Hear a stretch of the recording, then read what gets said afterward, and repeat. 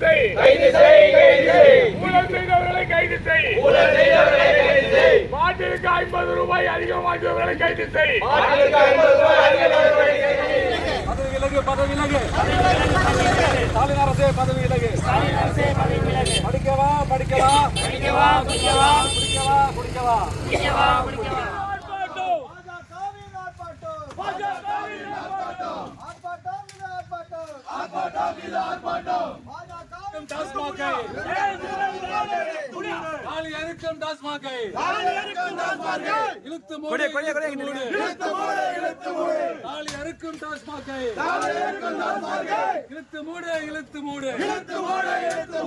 ரத்தம் குடிக்கும் விடியா அரசு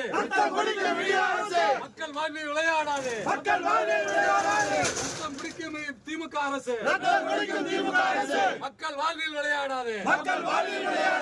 தாலி அறுக்கும் திமுக அரசு